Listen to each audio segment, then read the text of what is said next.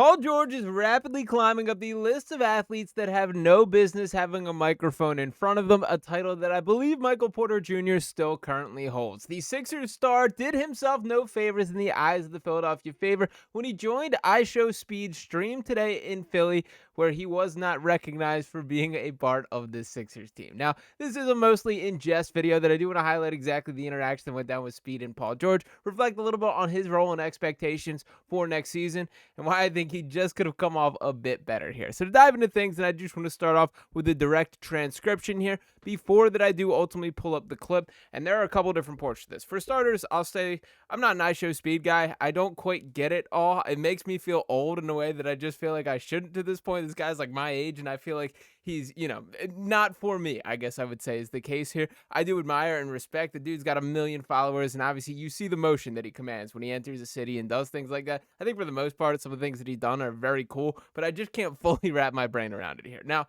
Paul George jumps on the IShowSpeed stream, which happened here in Philly. And for Speed, to his credit, did a lot of cool stuff. It looks like he's going to raise Saquon Barkley for charity. He's at the Eagles facility talking with Howie Roseman, tried a cheesesteak, went to Jim's, which is an interesting choice. Not quite the Geno's or Pat's rivalry that we tend to see. A lot of the newcomers jump in that mix. But nonetheless, Paul George popped on the stream here, and he was asked by Speed saying, "You from Philly?" To which Paul George replied, "Hell nah." And I got to say, this was one that felt a little bit personal. Now, to defend Paul George a little bit, this could have just been the California pride in him sticking up for his home part. But then Speed goes, "What are you doing what are you in Philly for?" And Paul George says, "I play here." Now, this did bring the question to my mind, how many of just the general public are even aware that Paul George plays for the Philadelphia 76ers and plays is doing a bit of heavy lifting in that sentence here, that he's played 41 of the 82 possible games last season. He averaged his lowest points per game since the 2011-2012 season. Battled injuries from start to finish. It was not the ideal start that we expected for the max contract player. Now, to play this whole interaction out, and Speed, hopefully be easy on the copyright here, I did want to pull up the interaction and sort of reflect on it. George, what's good? Man, you got motion, nigga. It's crazy. You the president, dog. A president? Let's take a selfie. Location free, peace driver. So you from Philly? Hell nah. What? I'm from Cali. You from Cali? I'm from Cali. What you in Philly for? Location free, play here. Oh, that's right. That's right. I thought you was from Philly. Nah. I thought you had history in Philly. Nah. Cause you look like It's love here though. It's love. Because you look like somebody who plays from Philly. I look like a Philly, what the Philly John? Yes. Now, I'll give him, I guess, half points on the, trying to recover here a second. But it's love in Philly and trying to remember, oh, you're saying I look like a Philly? What's the word? What's a Philly John? Like, couldn't quite pull it at the tip of the tongue here. I do think Paul George is trying to assimilate himself to the new city. But the reality of the situation is, all this only matters for what you do on the basketball court, and that has not been up to the standard to this point. Now, Paul George had a couple other noteworthy quotes that I did think pop up during the experience. As leaving the car with Speed, a fan yelled out saying, "We getting our championship this year or what?" To which Paul George says, we're making some noise this year." There was also a little bit more of a long-form clip where they were eating a cheesesteak, hanging out, and Paul George basically talking about they're healthier this year, they're going to make some noise, he feels better about the team, all stuff that you want to hear, still stuff that doesn't quite mean much. Now, I did want to reflect a little bit on the Paul George outlook. And by the way, shout out our guy Pat Bev, who I know was not here in Philadelphia long, but quote tweeted this video in itself and said, "Damn, he set PG up for that one, and PG dropped the ball." I do think there was a world where Paul George could have 10 out of 10 nailed this interaction,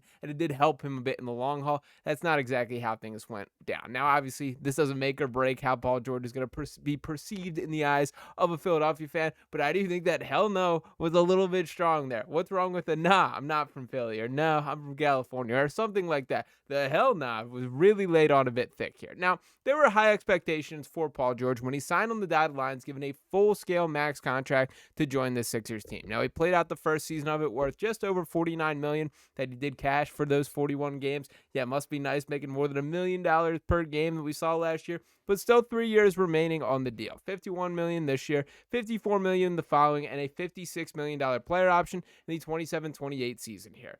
We're in it for the long haul for the Paul George experience, and what is next, I think, has a larger, determining effect for the Sixers' future than I think a lot of people want to acknowledge. Now, the stats across the board were just not good enough last year. As I mentioned, his lowest points per game since the 2011-2012 season. Also added 5.3 rebounds, 4.3 assists, shot 35.8% from beyond the three-point arc for a guy that's over a 38% career three-point shooter, just 27.7% from the corner, which is just not what you expect to see from Paul George there, and he is still on the books for 3 more seasons. That means we got to ride with him, and the version of Paul George that I think shows up next year will be a very determining factor in its future. Now, Sixers Adam Aronson of the Philly Voice, did tackle this question a little bit that I did want to pull up on what are the chances of a trade in his little mailbag for the Philly Voice. And the question was, if it's clear after next season that they have to move on from Joel and PG, what is the path? What does that path look like? Is it even possible? And Adam writes, unfortunately for the Sixers, this is not as simple as the organization deciding at some point that it is out of Embiid,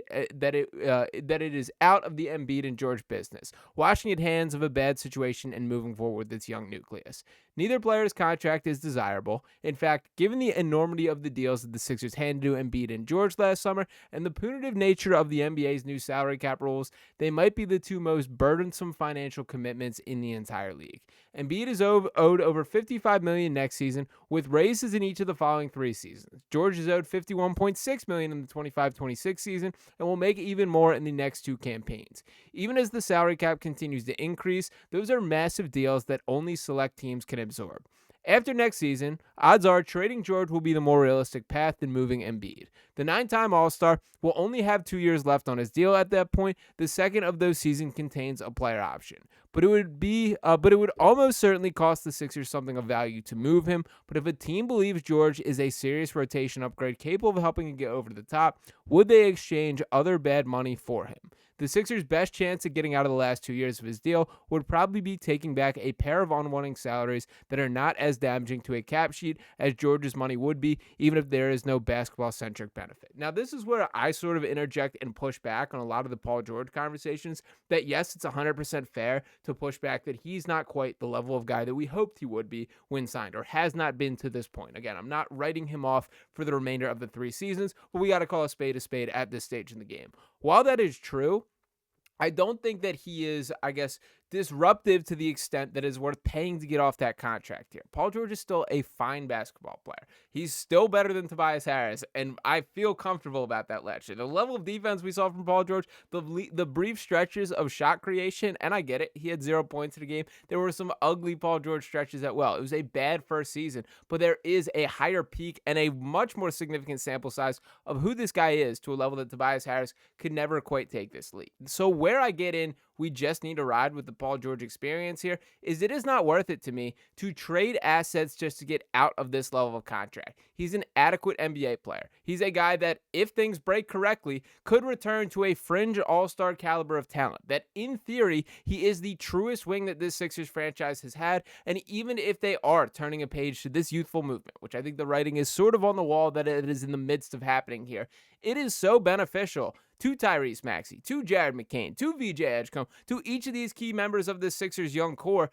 to have a legitimate wing to play alongside. That we're not just squinting and pairing them with the Kelly Oubres of the world and hoping for the best. That is the good influence we want them to grow into. Paul George at least has a track record of respect that I do think is important for creating an environment for these guys to develop and thrive.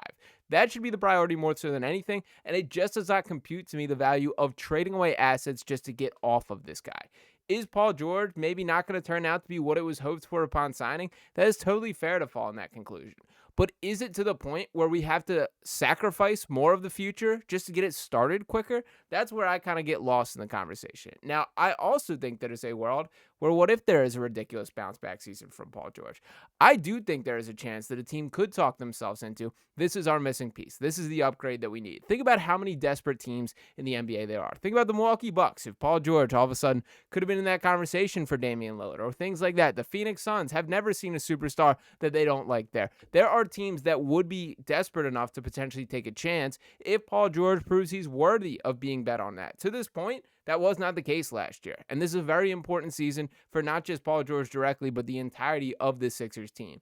The championship window is just notched right open around the Joel Embiid core currently, and it's up to Embiid and Paul George to prove they have enough in the tank to burst right through that thing. If that is not the case, we're beginning the youth movement that I'm interested, I'm invested in. What is Jared McCain? What will VJ Edgecombe become? How do these pieces fit together? But Paul George is kind of an important part of either one of these directions here, whether it is a development path, which, by the way, he did in Oklahoma City and helped that team sort of take those next steps or lay the foundation to them being the high-caliber franchise that they are. We'll see ultimately if that happens here in Philly, but don't write off the Paul George story just yet. Clean it up when you're talking to Speed, my guy. It's got to be slightly better than that, Paul. I want to like you. I want to have your back here, but you sometimes make it hard, and I do think that the hell no was one of these situations there. But wishing the best wishes. It sounds like the health is all good on his end of things, at least from what he said. Training camp, we're less than a month out until that is set to be the case, which feels crazy, but cannot wait for some actual basketball to take the floor. So we're going to continue ripping through things and being on top of it right here on Sixers Digest. Want as many of you as possible along for the ride. So as this season begins to ramp up, and I know that's a sore subject or a sore buzzword for a lot of people out there, but we want each of you along for the ride here on Sixers Digest. So make sure you're smashing that subscribe button if you have not already. We're just getting the content flowing for this season and going to take things to another level here in year 3 on Sixers Digest. So make sure you're hitting that subscribe, dropping a like on this video here, giving your comments below. I'll be back. Talk with you next time. Peace.